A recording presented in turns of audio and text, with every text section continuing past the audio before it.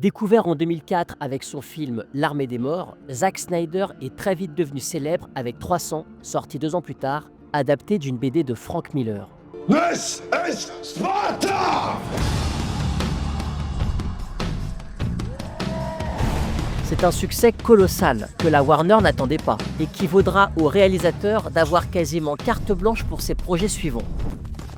Un peu comme pour Christopher Nolan, il devient donc une sorte de réalisateur maison pour le studio Warner. Is Zack Snyder an auteur? I think I'm going to leave that up to the audience to decide. Un auteur de cinéma est reconnaissable de différentes manières. Il peut s'agir de thématiques récurrentes de film en film, une obsession pour les tueurs en série chez David Fincher par exemple, ou bien une fascination pour l'eau dans le cinéma de James Cameron, ou encore le traitement de l'enfance et la relation au père chez Steven Spielberg. Dad, it's important. Wait. Il peut s'agir aussi d'un style cinématographique reconnaissable au premier coup d'œil, comme les plans très symétriques chez Stanley Kubrick ou Wes Anderson. Or, chez Snyder, j'observe une obsession pour la mythologie qu'on retrouve aussi chez George Miller, génial réalisateur de Mad Max. Tous deux sont d'ailleurs des maniaques du mythologue Joseph Campbell. Enfin, c'est parce qu'il a réalisé bon nombre d'adaptations de comics que Zack Snyder nous intéresse tout particulièrement.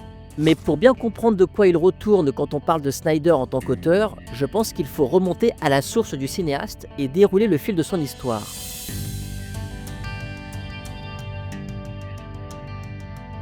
Fils d'un recruteur pour un fabricant de boîtes de conserve, American Can Company, et d'une artiste peintre et photographe, Zachary Edward Snyder naît en 1966 à Green Bay, dans le Wisconsin, et grandira à Greenwich, dans le Connecticut.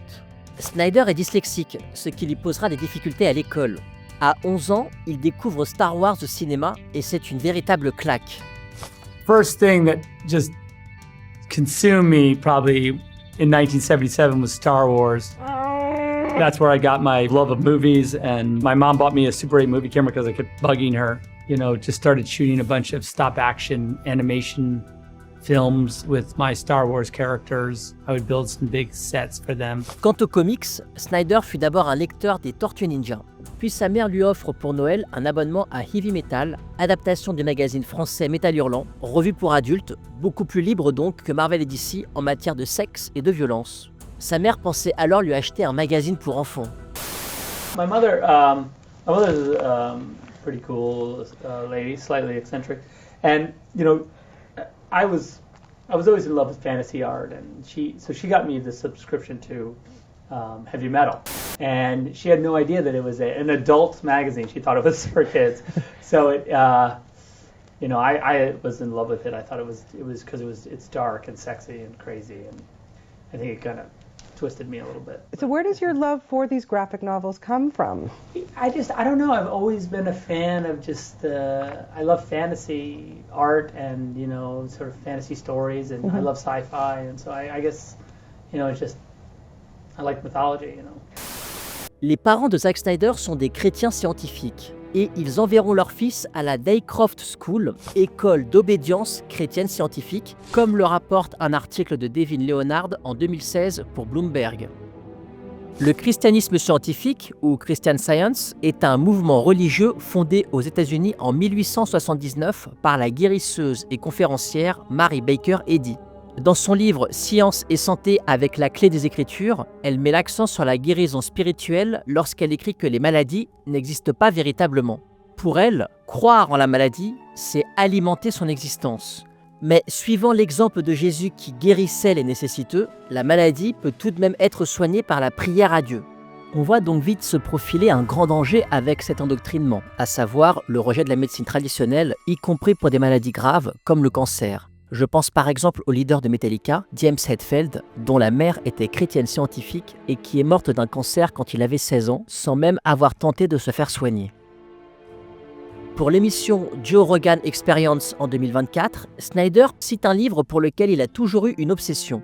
Illusion, les aventures du Messie récalcitrant, écrit par Richard Bach et paru en 1977. C'est un roman initiatique et spirituel tel que ceux qu'écrira Paulo Coelho une dizaine d'années plus tard. Mais laissons donc Snyder nous parler du livre de Bach.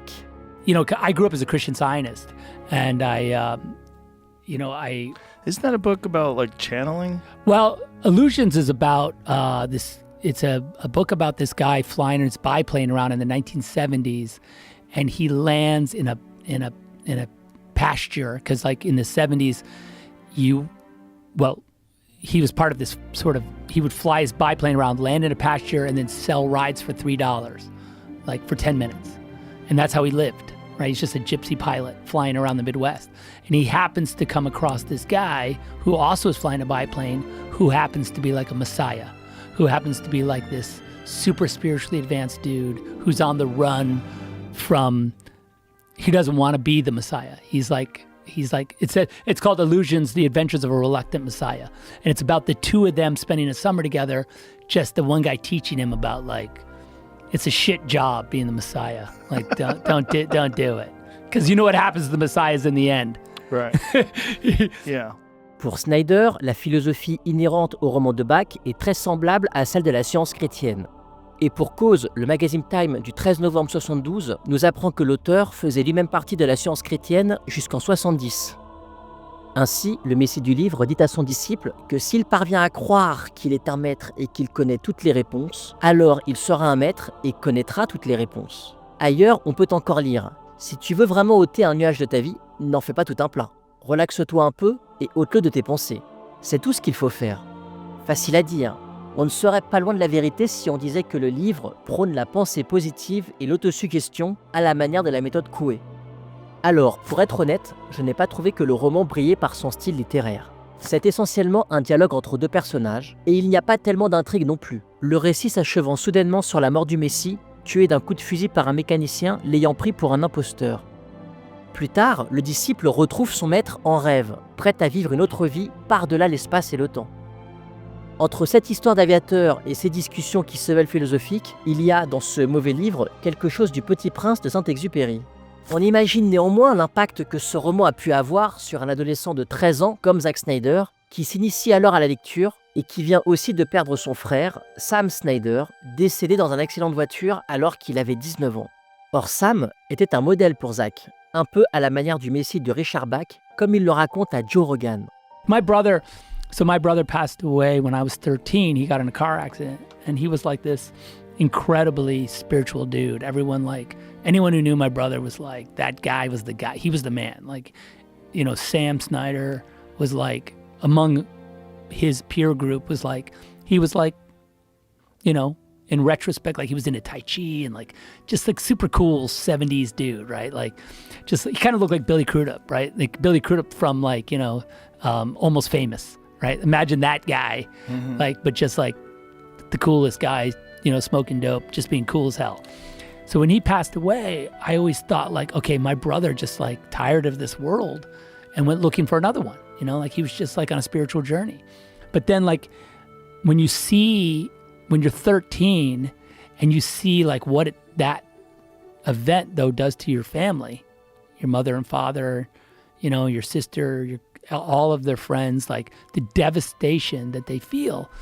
And these are people that I believed in the religion that I believed in. And the pain, like, it made me really go like, what the fuck? Like, is this, what's real? Like, what are we supposed to believe? You know, it really tested me. And I think that Illusions, that book, in retrospect, and I won't spoiler alert, I won't tell you what happens on the last page of the book, but it kind of speaks to where I was. And I think, so it's always resonated with me. Pour Men's Health, en décembre 2023, Snyder se livrait déjà sur le deuil de son frère lorsqu'il dit « La mort de Sam m'a poussé à m'enfoncer davantage dans mon amour pour les films, comme une échappatoire, comme un moyen de faire face à la situation. J'avais besoin de métaphores pour m'aider. » Si, en grandissant, Snyder devient un grand fan de Martin Scorsese, Brian De Palma ou encore Paul Verhoeven, pour la chaîne Wired, c'est John Boorman, réalisateur de Délivrance, Zardos ou encore Excalibur, un de ses films préférés, qu'il cite comme possiblement son réalisateur favori, notamment pour l'aspect mythique de ses histoires. You know, probably John Boorman is my favorite director. I'm a huge fan, a talented filmmaker who tells like really mythic stories, and I'm into that. So. Autre influence, dans les années 80, Snyder lit le livre The Education of a Bodybuilder, coécrit par Arnold Schwarzenegger et paru en 1977. Snyder est aussi absolument fan de l'artiste Frank Frazetta, très connu pour ses peintures, de fantasy notamment. Tout particulièrement Conan, qui fut créé par Robert E. Howard dans les années 30. Or, le film de John Milius, Conan le Barbare, sorti en 82, un maître étalon du genre fantasy au cinéma, s'inscrit dans cette représentation particulièrement musculeuse du héros par Frazetta, incarné ici par Schwarzenegger, qu'on croirait en effet tout droit sorti d'une de ses peintures. Conan the Barbarian? The way Frank Frazetta painted Conan the Barbarian with the muscles and with the determination and all of this stuff. And there was no one around to do this character. That's why they've never filmed Conan. Bref, Snyder, comme une bonne partie de l'Amérique à cette époque, cède aux sirènes de la musculation et de la prise de masse, qu'il poursuivra tout au long de sa carrière. Il enverra d'ailleurs la plupart de ses acteurs faire du sport 3 à 6 mois avant tournage, comme il le raconte dans une interview pour Netflix Geeked. In the 80s, I was like really obsessed with I was a bodybuilding fan, I've trained a lot, and a lot of the actors I've kind of cast in my movies, I've done physical transformations to get them in shape. If you're a male actor and you're going to be in my movie, I think you're pretty sure that I'm going to be like, well, you better hit the gym because you're going to take your shirt off at some point in the movie, and it better not disappoint. I think it just comes from my love of the golden age bodybuilders like Frank Zane or Serge Nubret, who's basically my favorite bodybuilder. Schwarzenegger, of course, Franco Columbo, those guys. But it has influenced the movies in a huge way. Look at 300 and Superman, Manhattan. My point exactly. Bien sûr, Snyder est un immense fan de John Milius, le réalisateur de Conan. Pour Mad Movies, en 2009, il cite le film L'Aube rouge de Milius, qui montre l'invasion des États-Unis par les Soviétiques. Il partage d'ailleurs le point de vue du réalisateur, qui est favorable au port d'armes. Après le lycée, Snyder envisage d'abord d'être peintre. Il étudie les beaux-arts à Londres, à la Heathersley School of Fine Art, racontant d'ailleurs à Joe Rogan qu'il perdra 40 livres de muscles pendant cette année où il arrêta le sport, ce qui équivaut tout de même à 18 kg de masse en moins. Son peintre préféré est Jacques-Louis David, très connu pour ses nombreux tableaux de Napoléon, mais qui a aussi peint Léonidas aux Thermopyles en 1814, qu'on peut voir au Louvre, à Paris, et qui est une source d'inspiration pour son futur 300. C'est pendant qu'il est à l'université qu'il découvre aussi le comic book Watchmen, raconte-t-il, toujours à Mad Movies, film qu'il adaptera juste après 300 en 2009. Ensuite, sur les conseils d'une enseignante à Londres de se lancer plutôt dans le cinéma, Snyder s'inscrit à l'Art Center College of Design à Pasadena en Californie, dont les frais aujourd'hui avoisinent tout de même les $50 000 par année. D'ailleurs, Snyder finira par habiter Pasadena, se faisant même un tatouage qui rappelle le blason de la ville. Laissons donc le réalisateur nous raconter cette histoire dans l'émission Pizza Film School des frères Anthony et Joe Russo. During my course of studies in London at Heatherley's, my art advisor, and maybe because my paintings were horrible, she said, you really loved making these movies, and your paintings are really cinematic. They're always is that a thing? And I said, oh, maybe that. I do love making movies, and that was fun. And I always thought that would be cool, but I always thought, can I be a movie director? That feels like a big ask, So I sent out for a bunch of film school catalogs, and the Art Center College of Design catalog here up in Pasadena came, and I totally judged it by the cover, completely. Said this is where I want to go to school, because it was like a black catalog with an orange dot on it, right? No words. I was like, this that's cool. This is sophisticated. Crazy. Yeah, I was like, this is intense stuff. And I think the inside, I remember there was a picture in the film department. It was there was students on a crane with a Panavision camera, and the guy was pointing. And I was like, that's rad. That's cool. Le réalisateur Michael Bay est sorti de la même école que Snyder, ainsi que le designer Sid Mead, qui fut concept artiste pour Blade Runner et pour qui Snyder nourrit une obsession. À l'Art Center, il rencontrera Clay Staub, qui deviendra son réalisateur de seconde unit, c'est-à-dire d'une équipe de tournage additionnelle chargée de tourner les plans qui, le plus souvent, ne mettent pas directement en jeu les acteurs. Il y rencontre aussi Steve Shibuya, qui apparaît dans son film étudiant For a Moment Alive, et qui écrira le scénario de Sucker Punch. Autre camarade de classe issu de l'Art Center, Larry Fong se retrouvera sur 4 films de Snyder comme directeur de la photographie. Enfin, ajoutons qu'avant même la fin de son cursus, Zack décide d'aller travailler dans la pub, ainsi qu'il le raconte à Wired.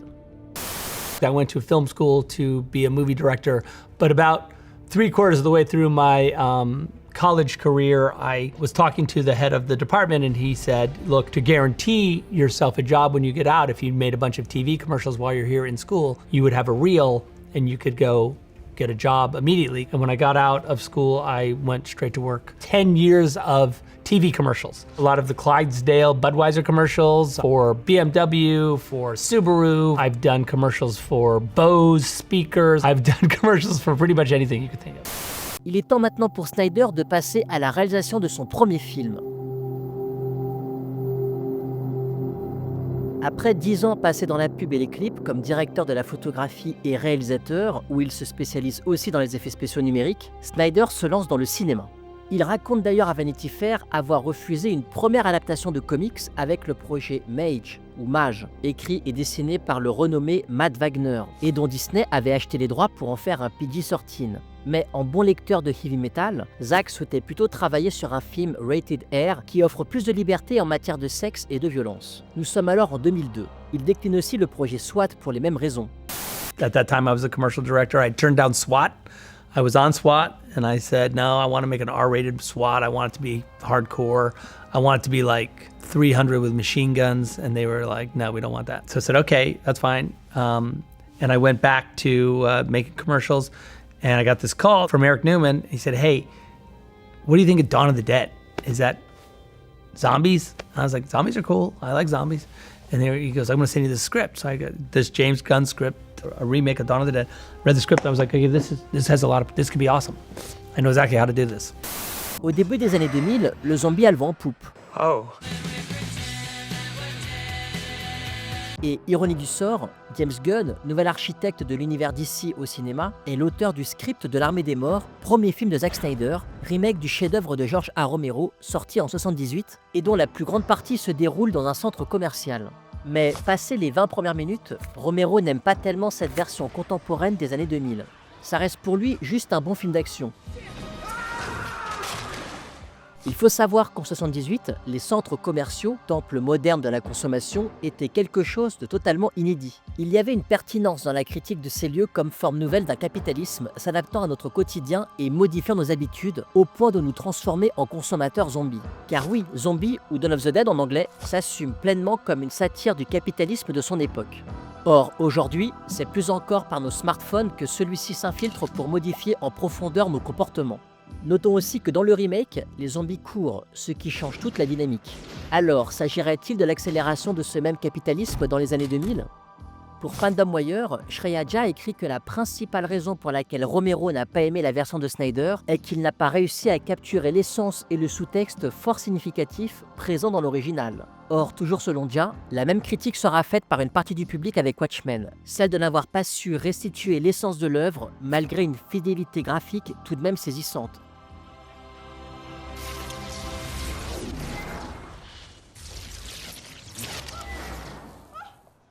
Toujours est-il, Stephen King adore l'Armée des Morts. Dans un essai en 2010, What's Scary? Qu'est-ce qui fait peur? Il encense le film qu'il met en parallèle avec le 11 septembre 2001 vis-à-vis de l'anxiété ambiante face aux attaques terroristes qui prennent ici la forme d'une attaque de zombies.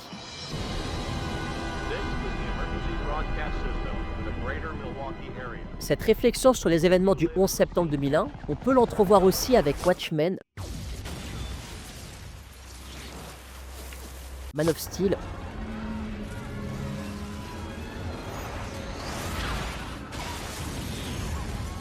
ou encore Batman v Superman, dans lesquels New York et Metropolis subissent des attaques d'une ampleur sans précédent.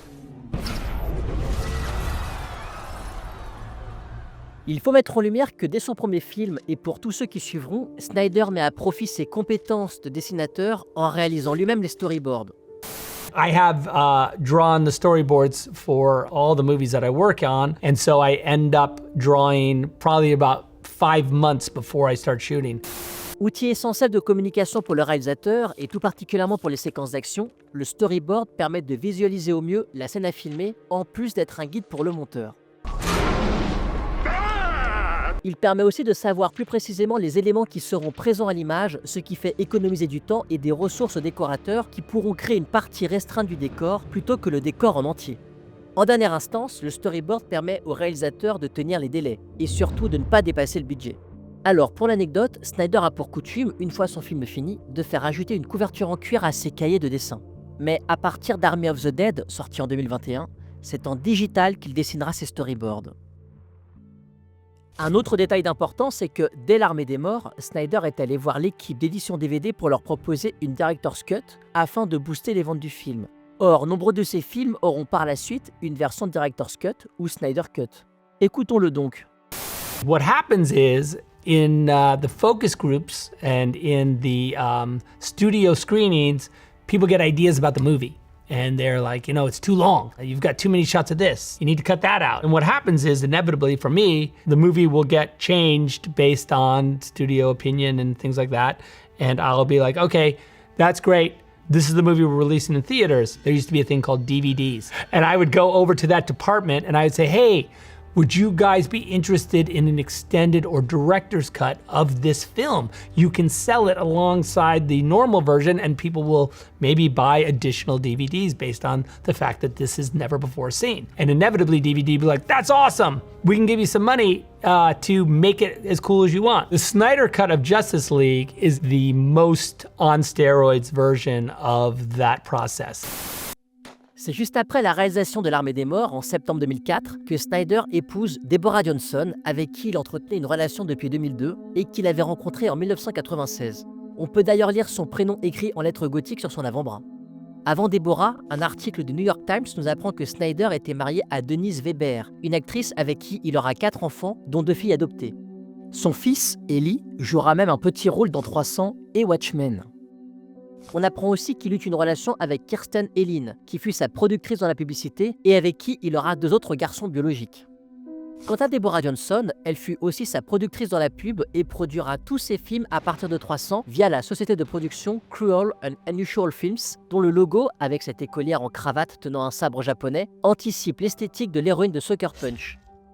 Le Wikifandom sur Snyder nous apprend qu'avant d'être une société de production, Cruel and Unusual Films était d'abord un simple label pour ses clips et ses publicités. En 2019, la société sera rebaptisée The Stone Quarry, la carrière de la pierre en français, avec un nouveau logo. Côté famille, Zack et Deborah Snyder adopteront encore une fille et un garçon. Ainsi est-il le père de 8 enfants en tout. Je remarque au passage une certaine similarité entre le couple Snyder et celui de Christopher Nolan et Emma Thomas, sa femme, qui elle aussi produit tous ses films. Mais venons-en maintenant au film suivant de Snyder.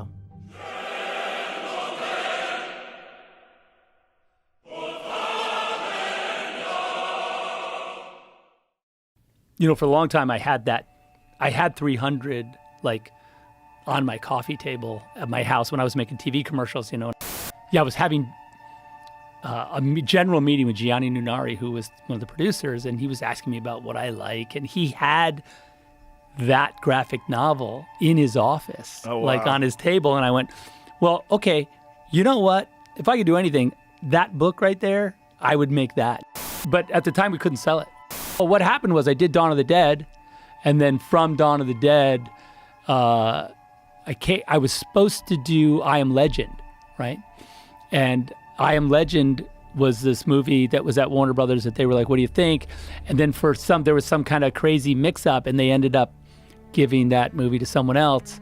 And then I think they felt bad or whatever, and they said, well, what do you want to do? And I said, well, I really still want to do 300. They were all kind of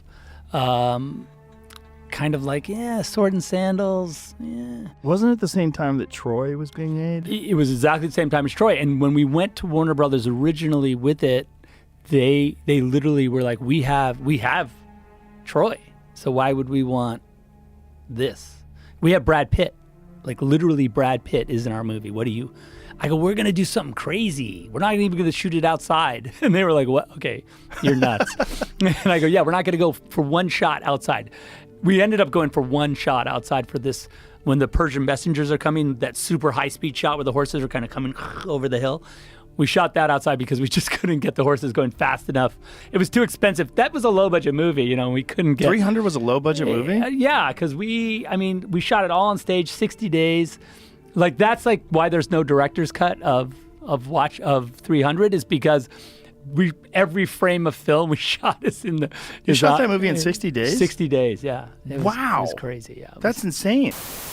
En fait, 3 et 300 sont deux films dont la production a été possible grâce au succès de Gladiator de Ridley Scott, sorti en 2000, et qui relança alors la mode du péplum.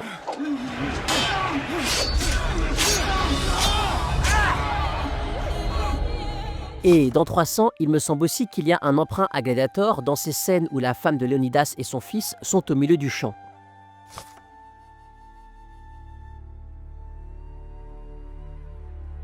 Quant à Frank Miller, auteur original de 300, il avait eu une très mauvaise expérience lorsqu'il écrivit les scripts de Robocop 2 et 3 au début des années 90, qui furent totalement modifiés lors du processus de développement du film. Il ne souhaitait alors plus travailler avec Hollywood. They have this creation of theirs. It's called the development process, which means that they submit your plans, your scripts to a whole bunch of idiots who then go on to write what they call notes all over it, and then they order a whole host of changes which take away any point, any plot, any purpose that your script had. But they make it something that will be acceptable to everyone on Earth, even though it makes no sense. So I mean, I prefer to call this what they call the development process. I call the dismemberment process.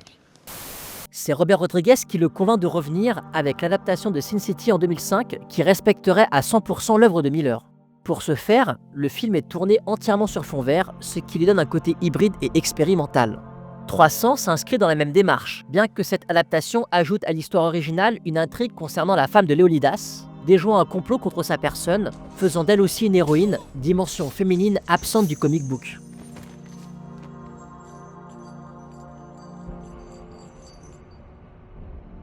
Dans une interview, Miller dit une chose très intéressante concernant Sin City et 300 au cinéma en les comparant aux animés japonais adaptés de manga. In a way, we're emulating what the Japanese do, which is they take their manga, their comic books, and they translate them. They don't really adapt them. They allow all the rules of a comic book to work in a film. And after decades of comic books being stripped mined and corrupted by Hollywood in particular, we're finally getting there. Du reste, la bataille des Thermopyles, qui nous vient de l'historien antique Hérodote au 5e siècle avant Jésus-Christ, avait été racontée au cinéma en 1962 par Rudolf Maté. Or, c'est ce film qui inspira à Miller son graphic novel. On retrouve aussi ces holos, flûtes double grecques, qui apparaîtront dans le film de Snyder. Snyder dont le style devient d'ailleurs très identifiable auprès du public à partir de 300. On trouve une vidéo de la chaîne Studio Binder sortie en 2022 qui l'explique de manière remarquable. J'en retiendrai ici deux éléments. Le premier est un goût prononcé de Snyder pour les images désaturées, auquel il ajoute un fort contraste. Dans les moments clés, les acteurs sont aussi rétroéclairés par une forte lumière, avec peu ou pas du tout de lumière d'appoint sur eux, ce qui produit d'emblée des ombres marquées. En post-production, un procédé appelé Bleach Bypass est appliqué à l'image, consistant à accentuer le contraste, augmentant aussi le grain et désaturant les couleurs. Mais pour 300, afin d'accentuer plus encore ce contraste et ressembler au maximum aux images de Miller, les techniciens du film ont ajouté un processus supplémentaire ainsi que le raconte Jim Bissell, production designer sur le film. One of the devices that we use to create that high contrast look is called crushing, where we take all the digital information in the film and we compress it. Contrast lines where the blocks feather into the mid-range are very smooth and very much like Frank's drawings.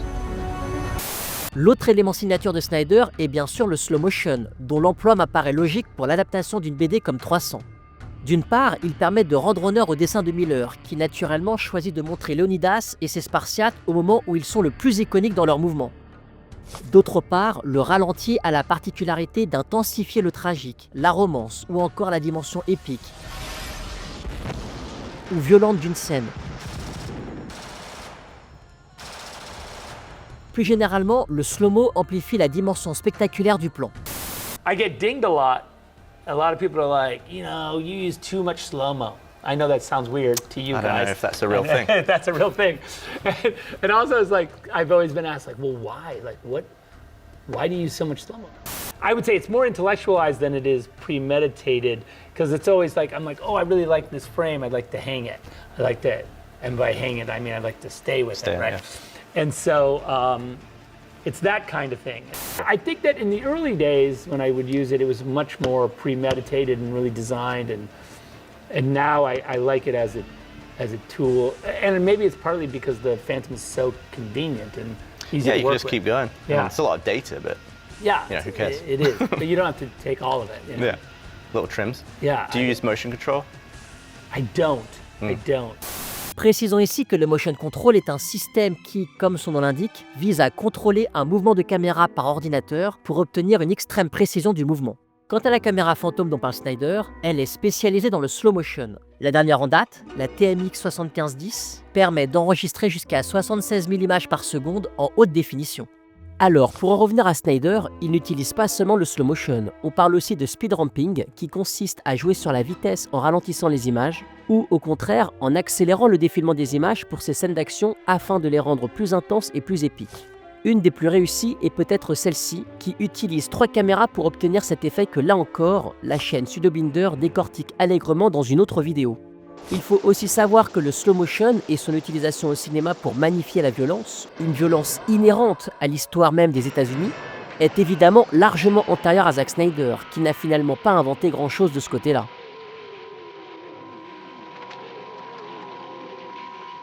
Mais tout ça, nous le verrons dans la prochaine vidéo qui traitera du Nouvel Hollywood et qui nous servira de pont pour le film suivant de Snyder, à savoir Watchmen, et dont cette éclaboussure de sang sur ce smiley est particulièrement lourde de sens.